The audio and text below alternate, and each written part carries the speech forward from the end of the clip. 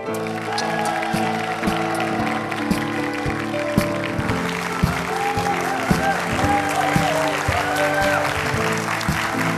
selamat malam, selamat datang di Hitam Putih. Pertama kali saya ingin mengucapkan atau turut berbela-sungkawa dari saya dan segenap kru dari Hitam Putih atas runtuhnya jembatan kuning di Nusa Penida, Bali. Di mana jembatan tersebut ambruk pada malam hari ketika pada saat itu di bawahnya sedang diadakan perayaan. Dan dari riset yang ditemukan 18 orang luka-luka dan 9 orang meninggal. Permasalahannya adalah ketika saya melihat beritanya, yang saya lihat di sana ini bukan sebuah kecelakaan, tapi Anda bayangkan itu sebuah jembatan yang harusnya dilewati atau dilalui oleh kendaraan bermotor. Jadi jembatan itu gunanya adalah untuk dilalui. Ya, ini banyak orang yang tidak sadar tentang hal ini. Jembatan itu gunanya adalah untuk dilewati, namanya jembatan penyeberangan. Bukan untuk didiamkan oleh orang-orang, bukan untuk menjadikan sebuah tempat menonton. Jadi pada saat kejadian tersebut, ada sekitar 100 orang yang berdiam di atas jembatan, termasuk motor-motornya untuk melihat perayaan yang ada di bawahnya. Nah, beban 100 motor berjalan, atau beban 100 orang dengan beban 100 orang diam, itu beda antara penekanan dan tekanan. Jadi ketika terjadi sebuah tekanan yang berlangsung lama dan stabil, maka bisa merubuhkan apapun termasuk jembatan tersebut. Jadi saya turut berbela-sungkawa, tapi juga ingin memberitahukan bahwa kadang-kadang kita harus memikirkan juga menggunakan logika kita agar kita tidak melakukan hal-hal yang berbahaya dan merugikan keselamatan nyawa dan jiwa kita sendiri. Oke, baik. Saya membahas tentang, saya udah menyiapkan ini. Iya Pak, ini ada kasus Pak, sidangnya udah berpuluh-puluh kali tapi nggak selesai-selesai Pak. Itu masalahnya, jadi begini, kita tahu tentang sidang kasusnya adalah pembunuhan. Kasus pembunuhan Wayan Mirna Solihin atas cyanida. Kalau saya pribadi, kalau saya setelah melihat terus-terusan ya persidangan ini, kalau saya pribadi saya mengatakan bahwa harusnya sidang ini tidak ada. Kenapa? Karena menurut saya bahwa Jessica ini, menurut saya pribadi, Jessica ini tidak salah. Kok gitu Pak? Nggak bisa, karena tidak ada otopsi yang dilakukan. Otopsinya tidak pernah dilakukan. Jadi ketika seseorang meninggal dan itu tidak dilakukan otopsi, ya ini saya punya semua tulisannya di sini. Karena otopsi itu adalah golden standard dari perlakuan kriminalitas. No otopsi, no crime.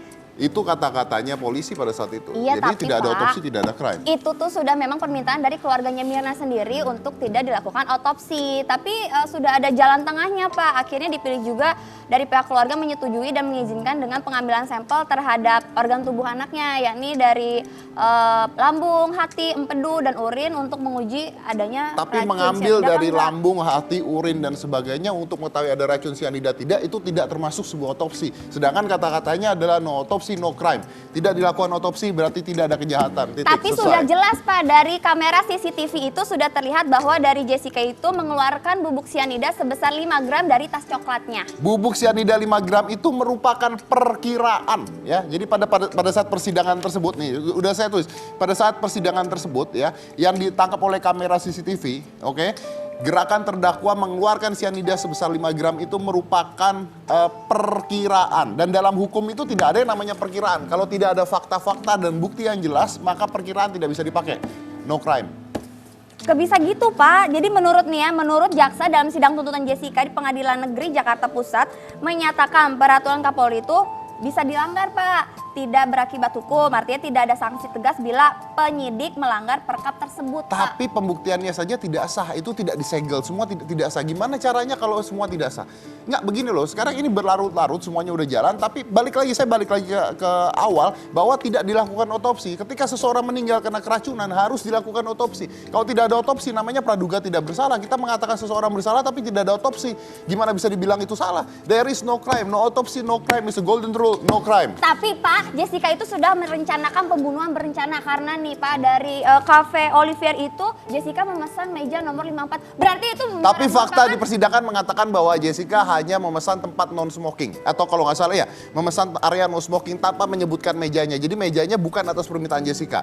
Dan sekali lagi tidak ada otopsi, no crime, titik. Sudah ada bukti kamera CCTV. CCTV-nya juga tidak disegel kok. Kamu tuh aneh dari tadi loh. Saya tuh belain kamu loh. Kok belain saya? Maksud Bapak belain saya? Hah? maksud Bapak belain saya itu apa? Dari tadi Jessica tuh siapa? Lah saya Cika Jessica, Pak. Bukan Jessica yang dimaksud ya. Masa gitu itu. Ya dari tadi pantesan kita nggak nyambung, Bapak. Berarti nggak ada gunanya dari tadi saya belain kamu kalau begitu ya. Oke, artinya siapakah pembunuh Mirna? Kita akan tanya nanti mungkin sekarang sedang diselidiki kasusnya oleh Mbah Mijan ya. Baik, karena dikatakan pembunuh... Iya benar, Pak. Mbak Mijan itu suka memprediksi kasus-kasus loh. Pembunuh Mirna inisialnya J. Saya juga tahu kalau gitu ngomongnya doang ya. Betul, Tapi sekali, nggak apa-apa udah. Jadi bukan kamu ya? Bukan saya Cika Jessica, Pak. Oh, saya pikir saya dari tadi belain kamu kok kamu marah-marah dibelain. Tapi makasih ya Bapak udah belain Iya saya, dong, ya. makanya. Oke, ada satu kasus lagi fenomena ini udah kita bahas berkali-kali berulang-ulang. Ini adalah fenomena Dimas Kanjeng taat pribadi tentang penggandaan uang. Dan sudah banyak korban yang melapor, sampai detik ini tentang uang dan tentang penipuan. Silakan dibaca. Ini adalah daftar-daftar, kita bacakan sedikit daftar-daftar orang-orang yang tertipu ya karena percaya pada penggandaan uang tersebut. Coba siapa aja? Ini ada Suprayitno.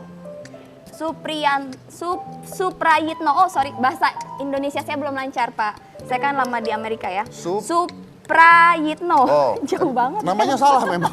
Suprayitno yang melapor ke Polda.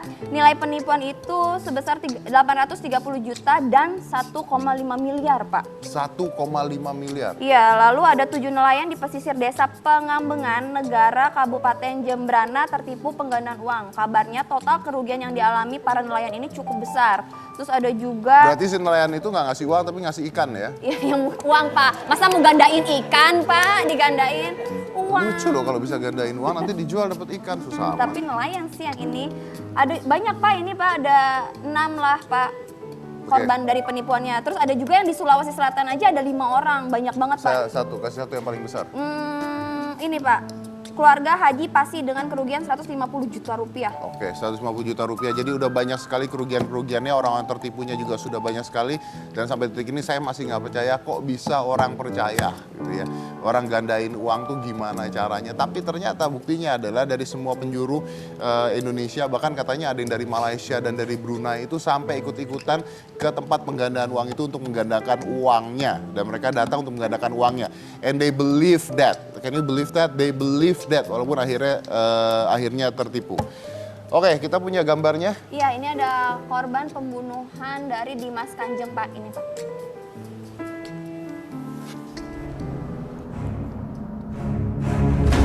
Meski Kanjeng Dimas taat pribadi sudah ditangkap polisi dan menjadi tersangka untuk kasus pembunuhan dan penipuan, hingga kini korban-korban tipu daya muslihat Kanjeng Dimas terus bertambah dan masih tetap bermunculan dari berbagai wilayah di Indonesia. Abdul Ghani dan Ismail Hidayah merupakan santri atau pengikut setia Kanjeng Dimas yang menjadi korban pembunuhan berencana. Mereka berdua sempat berencana akan membongkar kedok penipuan Kanjeng Dimas. Padahal Ismail Hidayah dan Abdul Ghani sudah menjadi pengurus di Padepokan Kanjeng Dimas taat pribadi sejak tahun 2010 dan memegang jabatan yang cukup penting. Abdul Ghani dibunuh di Probolinggo pada 13 April 2016, sedangkan Ismail Hidayah dibunuh setahun sebelumnya yaitu pada tanggal 2 Februari 2015. Ini luar biasa nih ya, kita harus membahas ini dengan tuntas ya supaya hal-hal seperti ini tidak ada lagi. Dan kebetulan Pak ada tamu sudah hadir, salah satu yang diincar oleh Dimas Kanjeng tapi lolos dari pihak kejaran. Jadi dia mau pihak dibunuh Kanjeng. juga? Iya, dia mau dibunuh oleh pihak Kanjeng tapi dia berhasil lolos Pak. Dan meloloskan diri lalu namu ke sini Pak. Gimana? Jadi mungkin nanti ini tempat kita targetnya selanjutnya Pak. Soalnya dia... Jadi dia kejarnya barusan nih? Iya Pak. Enggak. Serem ya? Jadi Serem dia loh. sudah dilindungi. Oh, udah dilindungi polisi? Udah lolos. Oke. Mana orangnya? Coba Ya, dipanggil ke sini. kami saya mau undang bicara. Bapak Abdul Junaidi. Oke. Oh, Pak Abdul Junaidi. Ya. Apa kabar? Baik, Alhamdulillah. silakan. Saya sudah ada Pak Abdul Junaidi dan Bapak ini adalah salah satu orang yang dikejar-kejar pada saat itu ya. Betul. Tapi ternyata bisa lolos dari kejarannya. Oke. Alhamdulillah lolos. Alhamdulillah lolos. Tapi bukan baru tadi dikejar kan? Tidak. Kamu bohong kamu ya, kamu bikin saya takut. Soalnya Pak kan dia kalau dikejar kan pasti ketangkep. Masuk lolos ke sini, ngapain pula ke sini? Kali Oke, berlindung. Pak duduk di sana. Kita akan bicara selain satu ini. Jadi jangan mana-mana, tetap di Hitam Putih.